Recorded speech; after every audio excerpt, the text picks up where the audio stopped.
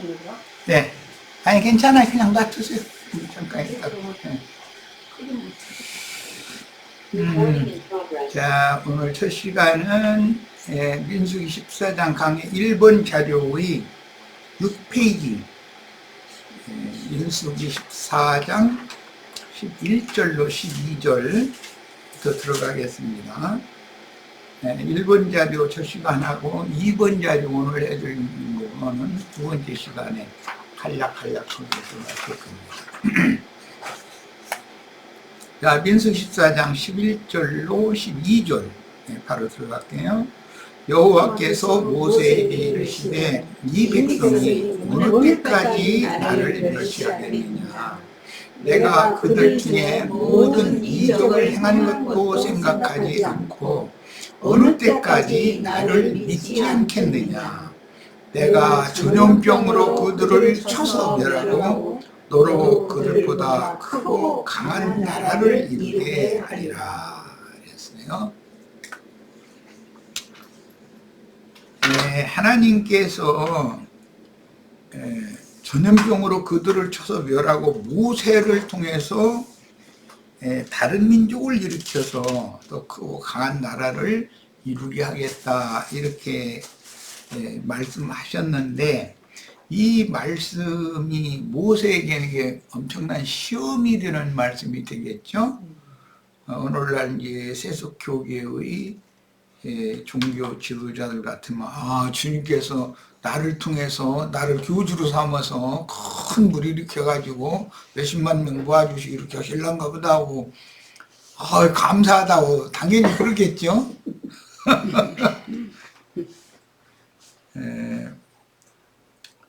나는 뭐 이건 참 오래된 일인데 그런 비슷한 어떤 제안을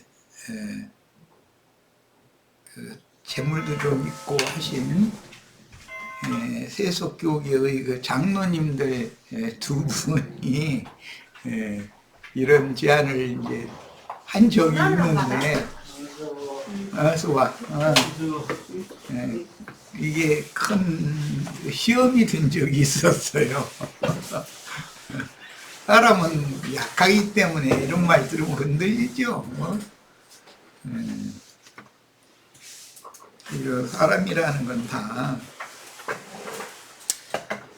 세상적인 어떤 힘을 가진 사람이 자신을 도와서 어떤 큰 일을 이루게 해주시겠다라고 이렇게 하시면 시험이 들게 마련이에요. 그러니까 모세도 사실은 이런 말씀을 들을 때 시험을 안 들었을 일은 없죠. 그런데 모세가 뭐 시험 들어서 흔들렸다 뭐 그런 말씀은 기록은 없고, 이제 모세는 하나님의 언약이 있는데 애굽 사람들이나 가나안 족속들이 하나님께서 이 백성들을 출애굽시켜서 여기까지 데리고 오신 목적은 가나안 땅을 유업으로 주겠다고 하는 아브라함, 이삭, 야곱 대대로 언약하신 그 언약을 이루기 위해서 하신 일인데, 그 언약을 갑자기 바꾸고 나를 통해서 크고 강한 나라를 이루겠다고 이렇게 변개하시면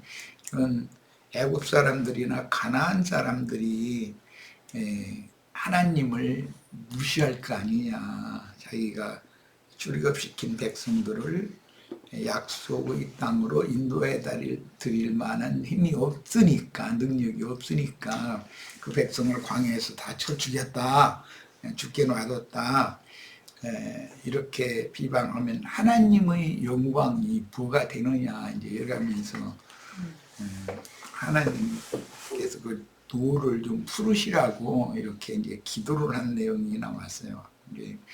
우리는 이런 말씀을 읽을 때 너무 이렇게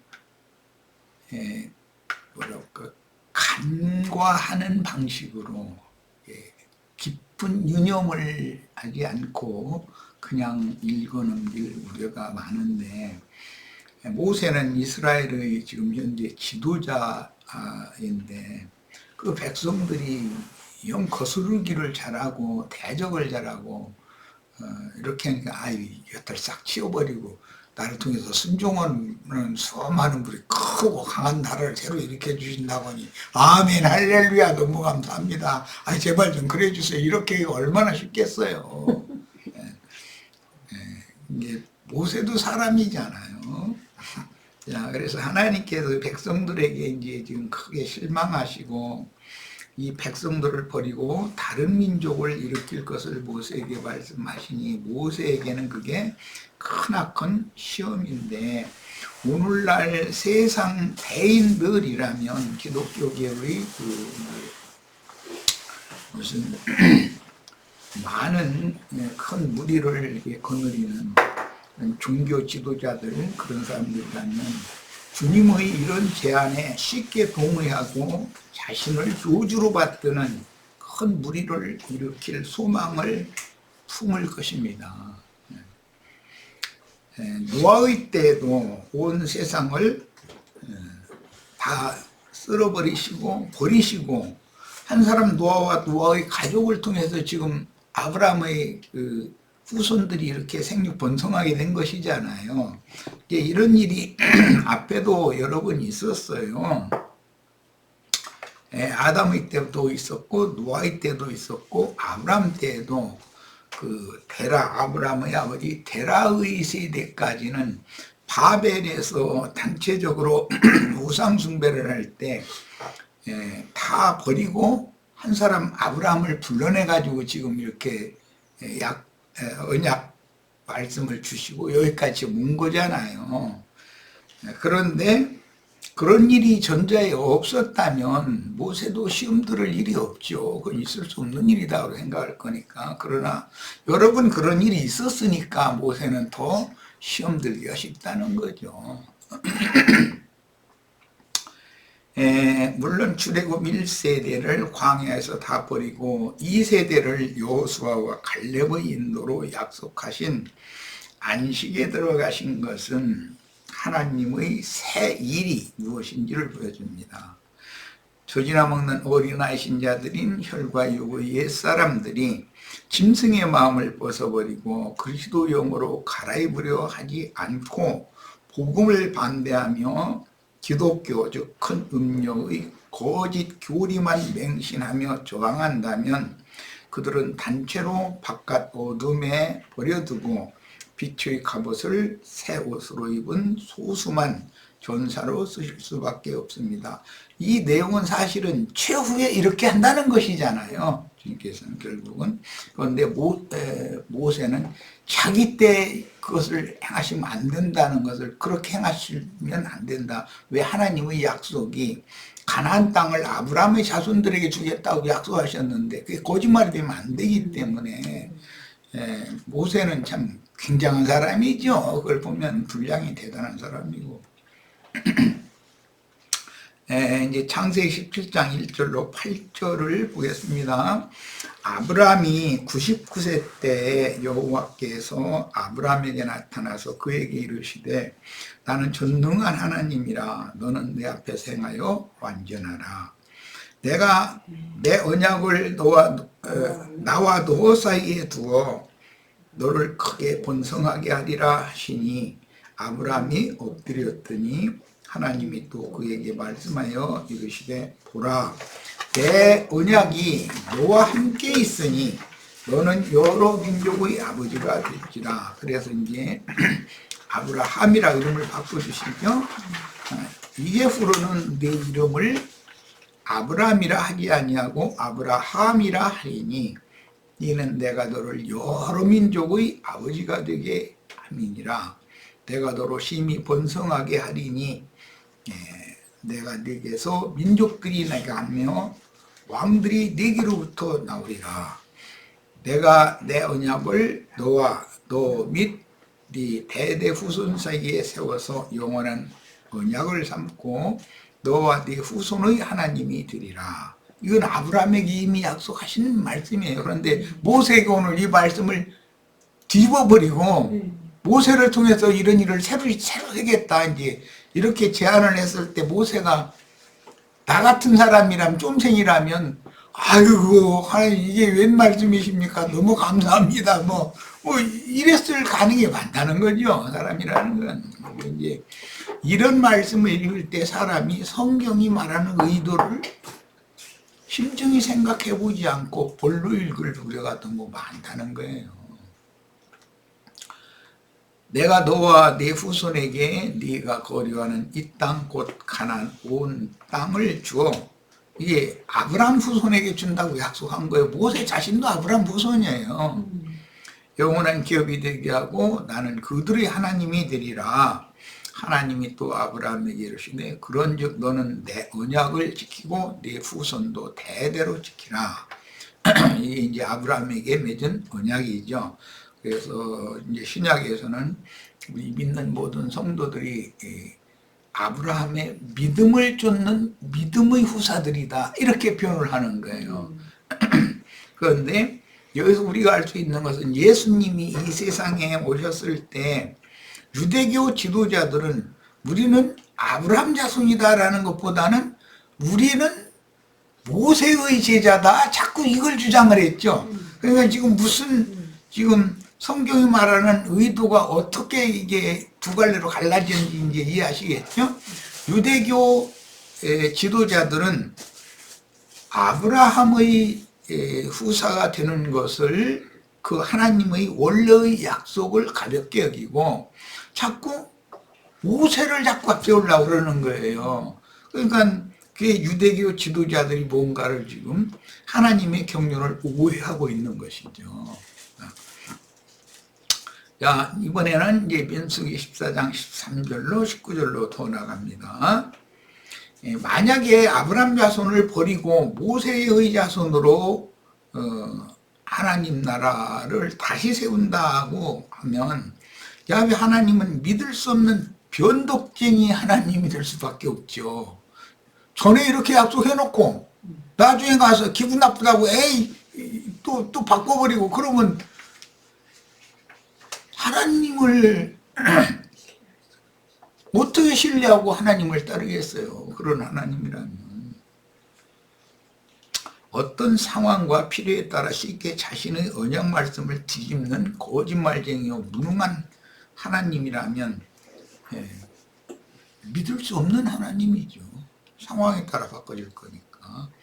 자, 이제 13절 19절 갑니다. 모세가 여호와께 여짜오되 애굽인 중에서 주의 능력으로 이 백성을 인도하여 내셨거늘 그리하시면 그들이 듣고 애굽 사람들이 듣고 이 땅 거민에게 가나안 땅 거민에게 말할 거 아닙니까? 뭐라고? 주 여호와께서 이 백성 중에 계심을 그들도 들었으니 곧 주 여호와께서 대면하여 보이시며 주의 구름이 그들 위에 섰으며 주께서 낮에는 구름 기둥 가운데서 밤에는 불 기둥 가운데서 그들 앞에서 행하시는 것입니다. 이게 이제 앞에서 하나님이 말씀하신 이적이잖아요. 그게 표적이잖아요.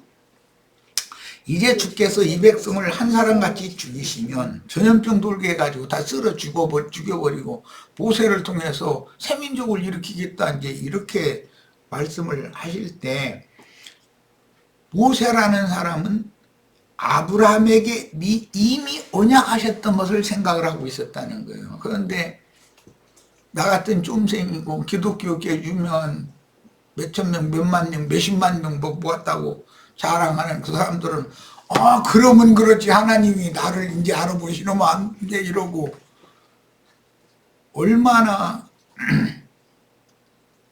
하나님의 원래 언약을 그냥 무시하는 상태로 자기가 큰 자가 되어서 자기가 교주가 되는 것을 원하는 그런 사람들이 얼마나 많겠냔 말이에요. 이런 걸 정말 우리는 깊이 생각해 봐야 된다.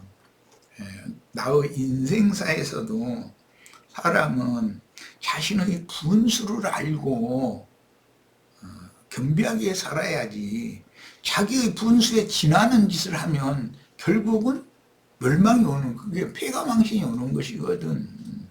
이게 사람이 자신을 점검을 미리 받아야 되는 하나님 어떤 말씀 읽으면 이건 나에게 오늘 경고로 주시는 말씀이구나 이렇게 받아야 되는데 이런 말씀을 읽는 우리 형제 자매님들이 이렇게 나처럼 이런 것을 뭐 깊이 생각해보고 폭넓게 생각해보고 이렇게 안고도 그냥 휙 읽어 넘어갈 수가 있다는 거예요. 제발 그렇게 하시지 말고 만약에 그렇게 가볍게 하나님 말씀을 대하고 인생 경영에 자신의 인생 경영에 적용을 하지 못하면 그게 무슨 하나님의 말씀의 능력이 되겠어요. 나의 구원이 를 위해서 주신 말씀이 아니지. 이제 주께서 이 백성을 한 사람같이 죽이시면 주의 명성을 들은 열국이 말하여 이르기를 여호와가 이 백성에게 주기로 맹세한 땅에 이건 아브라함에게 맹세했었죠. 인도할 능이 없는 고로 광야에서 죽였다 하리이다. 모세는 아브라함과 하나님이 이미 맺은 언약을 생각했다는 거예요. 하나님은 거짓을 한 말할 수 없는 하나님이라는 걸 이미 알고 있었어요. 그러니까 모세는 이 말씀은 이런 걸 통해서 나를 하나님이 떠보시는구나라고 딱 간파했다는 거죠. 이런 사람이 돼야 되는 거죠. 우리는 다. 이제 구하옵나니 이미 말씀하신 대로 주의 큰 권능을 나타내옵소서. 이르시기를 여호와는 노하기를 더디하고 인자가 많아 죄악과 과실을 사하나 형벌받을 자는 결단코 사하지 아니하고 아비의 죄악을 자식에게 갚아 3, 4대까지 이르게 하리라 하셨나이다. 이 말씀은 출애굽기 이제 금송아지 사건 후에 출애굽기 34장에서 하신 말씀인데 모세는 이 말씀을 상기했어요. 구하옵나니 주의 인자의 광대하심을 따라 이 백성의 죄악을 사하시되 애굽에서부터 지금까지 이 백성을 사하신 것 같이 사하시옵소서. 참 모세라는 사람을 하나님이 택하실 때는 그 그릇을 다 이미 알고 계신 것이죠. 물론 하나님 자신이 창조하셨기 때문에 조물주가 자기 목적을 이루기 위해서 창조한 그 사람의 마음 그릇을 왜 모르겠어요. 자, 출애굽기 이게 이제 34장에서 인용한 말씀이니까 이게 금송아지 사건 후에 그때 싹 쓸어버리려고 했잖아요. 하나님께서. 그런데 모세가 그때도 지금처럼 이렇게 엎드려서 간구를 했었고 용서를 이제 받았어요.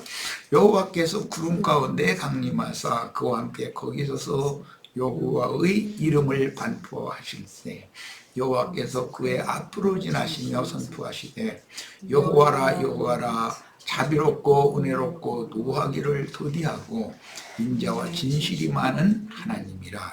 이제 이름으로라는 이제 신약성경에서 아버지와 아들과 성령 이름으로라고 말을 할 때는 이걸 생각해야 돼요. 이런 신의 성품, 성품과 그분의 인격을 이름이라고 말한다. 자비롭고 은혜롭고 노하기를 더디하고 인자와 진실이 많은 하나님이라. 인자를 천대까지 베풀며 악과 과실과 죄를 그랬는데 범죄라는 말이에요. 여기 범죄를 용서하리라. 용서하시는 하나님인데 그러나가 있어요. 범죄를 저지른 거에 대해서 벌을 면제하지는 않는다. 즉 간과해서 넘어가 주시지만 계속 경고를 가지고 경각심을 가지고 살도록 하신다 이 말이죠. 이게 이제 이 구원파식 구원이라는 것은 경각심을 갖지 않게 만들어버려요. 한번 사함 받으면 그냥 영혼이 완전히 다 사함 받아버렸으니까 안전하다 이제 뭐 이렇게 가르치죠. 그런데 하나님의 그 구원에 관하여 하나님의 속성에 관하여 너무 크게 오해했기 때문이에요. 지난 많은 죄들을 약속에 따라서 언약에 따라서 예수 그리스도 그분이 나의 모든 범죄들과 허물과 과실과 흠결들과 이런 것들을 대신으로 그분이 다 갚으셨다. 죽음으로 갚으셨다. 이걸 믿는 사람에게는 지난 모든 죄들을 간과해 주신다는 것이지 없어졌다는 것이 아니잖아요. 사람 이미 저지른 범죄가 어떻게 무슨 죄로 없어지겠어요. 그냥 간과해 주신 용서를 받는 거지. 그 대신 그러면 뭐라는 거예요? 경각심을 갖고 남은 인생을 살아라, 이제 이 말이 되겠죠? 이게 이제 복음이에요. 그러나 용서하리라 해놓고 나서 그러나 벌을 면제하지는 아니하고 아버지의 악행을 자손 3, 4대까지 보응하리라. 모세가 급히 땅에 엎드려 경배하며 이르되 주여 내가 주께 은총을 입었거든 원하건대 주는 우리와 동행하옵소서. 이는 목이 뻣뻣한 백성이니이다. 우리의 악과 죄를 사하시고, 여기 범죄를 말하는 거예요. 죄를 용서한다는 게 아니라 우리를 주의 기업으로 삼으소서. 여호와께서 이르시되 보라 내가 언약을 세우나니 곧 내가 아직 온 땅 아무 국민에게도 행하지 아니한 이적을 너희 전체 백성 앞에 행할 것이라. 네가 머무는 나라 백성이 다 여호와의 행하심을 보리니 내가 너를 위하여 행할 일이 두려운 것이니라. 너는 내가 오늘 네게 명령하는 것을 삼가 지키라. 보라 내가 네 앞에서 아모리 사람과 가나안 사람과 헷 사람과 브리스 사람과 히윗 사람과 여부스 사람을 쫓아내리니 너는 스스로 삼가 네가 들어가는 땅의 주민과 언약을 세우지 말라. 그것이 너희에게 의무가 될까 하노라. 여기 가나안 7 족속들과 언약을 세우지 말라는 건 모든 인간 속에 있는 7 귀신이라고 그러는데 그 육성이란 말이에요. 죄성. 이런 어떤 이제 여러 가지가 있다는 것이죠. 그것을 하나님이 약속하신 것은 뭐냐면 다 진멸하고 쫓아내 주신다는 거예요. 그러니까 지난 이미 저지른 범죄는 용서를 해 주셨고 간과해 주셨지만 죄성은 그대로 있는 거 아니에요. 그러면 지금부터 구원을 이루어 가야 되잖아요. 그 얘기단 말이에요. 이게 복음이에요. 그런데 이런 말씀에 대해서 오해하면 안 된다. 내가 믿어서 구원 받았으니까 난 아무렇게 살아도 되고 뭐 세상에서 축복받아 잘 먹고 잘 살다 죽으면 그냥 천당이라는 데로 가고 뭐 어려운 휴거 돼서 뭐 어디 뭐 구름 속으로 가고 뭐 이런 헛소리에 빠져버리면 안 된다는 거예요. 지난 죄과를 저지르게 만드는 것이 오늘 여기에서 말씀하신 가나안 7 족속으로 상징된 여러 가지 7 귀신이라고 그러는데 여러 가지의 죄의 성향이 내 속에 잠재하고 있다. 내 육체 속에 죄가 거하고 있는 거거든. 그런데 그것을 나는 이길 수 없으니까 하나님께서 그것을 이기해 주시겠다는 거예요. 지난 죄과를 용서해 주신 후에. 그런데 이것을 가볍게 여기고 함부로 살아버리면은 벌을 면제하지는 아니하고 그 악행을 자손 3, 4대까지 보응한다는 말씀은 어떻게 할 거예요? 그거 그냥 막 버려도 되느냐 말이에요. 하나님은 이런 분이다. 즉 모세는 이스라엘 백성들을 애굽에서부터 이곳 광야 끝의 가데스까지 인도한 하나님의 충직한 종이었고 야훼 하나님을 아는 참 지식이 하나님 어느 한 방면으로만 사랑의 하나님, 자비의 하나님으로만 은혜의 하나님으로만 그것만 계속 강조하면 사람들이 방자해진단 말이야. 믿는 신자들이.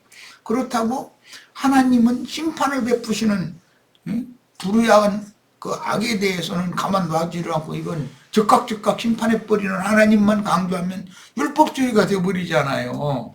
그래서 복음이라는 것은 이것을 잘 이해를 하고 가르쳐야 된다는 거죠. 그래서 야훼 하나님을 아는 참 지식이 모세는 그 백성들과는 달랐습니다. 그는 진실로 충직한 종이요 사역자로 하나님의 일을 동역하였습니다. 그는 애굽의 소환들에서부터 이스라엘 백성들을 이끌고 만 2년여 만에 이곳은 가데스라는 곳이죠. 가데스 바네아에 이르렀으나 회종하라는 명령을 받고 다시 광야길을 38년 동안 이스라엘과 함께 움직이는 거예요. 그 자리에서 이스라엘 다 가데스에 죽여버리고 모세만 들어가게 만들어 놓고 모세 후손을 통해서 새로 큰 민족과 나라를 너한테 네 자손으로 나라 세워주겠다. 그럴 때 모세가 아멘 할렐루야 이게 웬 은혜가 이렇게 큽니까? 만약 이렇게 했다면 아브람과는 그럼 거짓말한 것이 되어버리잖아요. 그래서 40년을 이스라엘 백성과 동행을 했어요. 모세가 이스라엘 백성과 동행했다는 것은 모세와 함께 하시는 하나님이 이스라엘과 동행한다는 증거단 말이에요, 그게. 그래서 40년을 채운 때 다시 이곳으로 돌아왔죠. 40년 만에. 2년 만에 왔다가 회정에서 38년 돌아다니다가 40년째 되는 해 이곳에 다시 와가지고 이제 신명기 말씀을 이제 하게 된 거예요. 비스가 산에 올라가서 약속의 땅 수알까지만 봤죠. 바라보고 죽었습니다. 자, 이것은 하나님의 경륜의 문제다. 그러니까 사람들이 이런 문제를 오해하면 모세는 가나안 땅에 못 들어갔으니까 천당에 못 간 사람이야. 이렇게 해석하면 안 맞는다는 거예요. 성경이 말하는 이들은 그게 아니에요. 모든 이스라엘의 인도자가 모세였기 때문에 구약 백성들이 약속의 땅에 첫 세대가 들어가지 못했다는 것은 그 다음에 후세대 여호수아를 통해서 들어가게 하는 그 입구까지만 모세가 인도를 해준다라는 말이에요. 그러니까 예수 그리스도의 천국의 바로 앞에까지 모세의 말씀을 받은 사람들이 예수님께로 인도를 받는 거잖아요. 율법이라는 것은 예수께로 연결해주는 말씀이란 말이야. 모세가 하는 일은 그리스도께로 중매를 하는 일을 하는 것이었다. 그래서 광야 사역의 시작점은 모세고 마지막 점은 율법과 선지자의 때를 마감하는 사람은 침례자 요한이었었어요. 그러니까 모세와 요한은 예수 그리스도의 천국에 들어가지 못한 것으로 되어 있지만 하나님의 경륜에 따라서 예수님이 구속을 이루시고 율법을 예수님이 다 이루시고 나서 장사되었다가 그 영으로 부활승천하셔서 하나님의 영광에 올라가실 때 그 모세와 침례자 요한까지 율법과 선지자의 때 모든 이기는 자들이 함께 부활해서 먼저 예수와 함께 승천하셨다가 사도행전 2장에 그 영으로 재림하실 때 함께 오셨다는 거예요. 그게 믿음의 증인들이죠. 자, 이런 이제 성경의 하나님의 경영, 우주 경륜, 이걸 아셔야 돼요. 예를 들어서, 이제 우리 세대에 나와 우리 형제 자매님들이 살아남겨져서 그 천년의 새 땅을 백성으로 그루터기로 들어가지 못해도 우리는 그러면 천년왕국의 사람들은 못 들어간 사람들이다 이렇게 말하면 안 맞는 거죠. 먼저 하늘에 간직한 기업을 먼저 상속받고 살아서 오는 새 세상의 땅에 백성들이 될 자들에게 장막을 쳐주러 내려오는 사람들이 되는 것이지 이게 하나님의 경륜이단 말이야. 이 말을 잘 이해를 하셔야 돼. 그래서 그는 애국의 소환들에서부터 이스라엘 백성들을 이끌고 만 2년여 만에 이곳에 이르렀으나 회종하라는 명령을 받고 다시 광야길을 38년 동안 이스라엘과 동행을 했어요. 그리고 40년을 채운 때, 이게 이제 굉장히 중요한 말인데, 40년이라고 하는 건 이제 다음에 다룰 거예요. 다시 이곳에 돌아와 비스가 산에 올라가 약속의 땅을 바라만 보고 죽었습니다. 이스라엘의 위대한 영도자였던 모세는, 그는 예수님에 대한 예표의 사람이잖아요. 그 땅을 영원한 기업으로 주시겠다는 약속을 바라고 고대하면서 죽었다. 히브리서 11장은 이렇게 설명을 했어요. 하나님의 충직한 종으로서의 장엄한 일생을 이렇게 마쳤습니다. 노아의 후손들인 셈의 자손이 신할 평지 바벨에서 하나님을 대항했던 것 같이, 이것은 아브라함의 아버지 데라의 세대에 그 하나님을 섬기는 그 셈의 후손들이 바벨에서 우상 숭배를 했다는 거예요, 단체적으로. 그러니까 하나님께서는 데라까지는 버린 것이죠. 그리고 한 사람 아브라함을 불러낸 거예요. 이것이 창세기 시작에서 아담의 그 부모까지는 버려버리고 한 사람 아담을 통해서 구속사를 새로 시작했다, 그 말이라는 말이에요. 지금 거기서부터 이게 반복된 얘기라는 거예요. 그런데 오늘날 기독교계에서는 아담이 인류의 조상이다 이래버리니까 이게 지금 성경이 말하는 구속사의 첫사람으로서의 구속사의 조상이다라는 것에 대한 개념이 없는 거죠, 지금. 아브라함 자손인 이스라엘 백성이 단체적으로 하나님을 대항했을 때 하나님은 충성된 모세를 통해서 새로운 족속을 일으키실 것을 말씀하였으나 모세는 위와 같이 기도하고 하나님의 노와 분을 돌이키시도록 달래드렸습니다. 예, 그러니까 모세인 거예요. 훗날 다윗이 그렇잖아요. 그러니까 다윗이죠. 하나님은 당신이 창조하시고 당신의 목적을 위해서 누구를 내가 언제 쓰기 위해서 그렇게 창조하시고 그렇게 길러내시기 때문에 시험을 해보시지만 아브라함도 여러 번 시험을 하시잖아요. 뭐 이삭을 갖다 맞춰봐라 최종적으로는. 이것은 뭐냐면 시험이거든. 그게 이게 이제 안심하고 내일을 맡겨도 될 수준이 됐는지 아직도 그 인간의 야망이나 육성이 남아가지고 있는 건지 이거 시험해보는 거거든. 그런데 이걸 통과를 해야만 하나님이 안심하고 당신의 일을 맡길 수 있다는 거예요.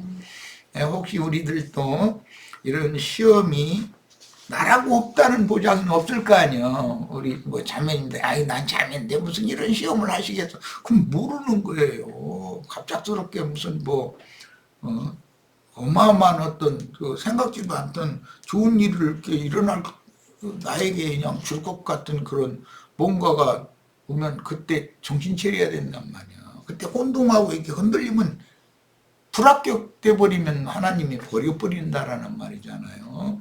이런 걸 우리 경각심을 가지셔야 되겠어요. 아이고 시간이 좀 조금 빨리 더 해서 조금 더 하겠습니다. 이것은 사실 하나님의 경륜으로서 하나님의 집을 맡은 충성된 종으로 사역한 모세의 시가 하나님의 약속을 이룰 수 없는 것이다. 아브라함의 사라를 통해서 난 아브라함의 씨여야만 내 씨라 일컫는다, 이게 말씀하신 약속이잖아요. 그런데 모세의 아들이 씨가 되려면 이거는 말이 안 맞잖아요. 이제 성경이 뒤섞여버리지.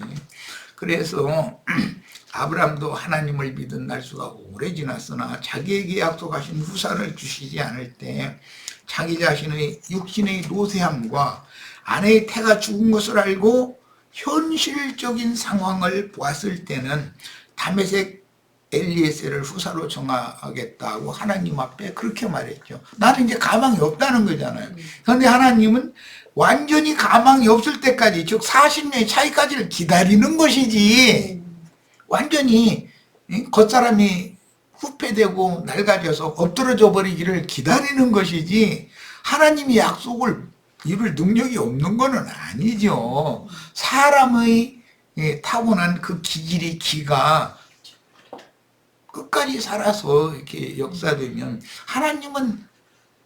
하나님의 일을 그 사람을 통해서 할 수 없다라는 말이란 말이에요.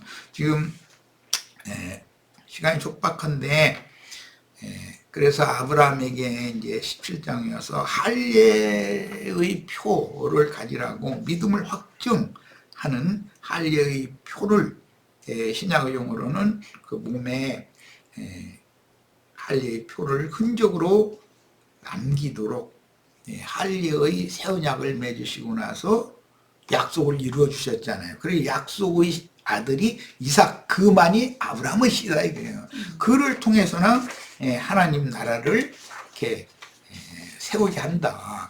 그러니까 이제 광야 40년까지 이제 일단은 대충 이제 이렇게 연결이 됐죠. 자, 그 말은 무슨 뜻이라고요?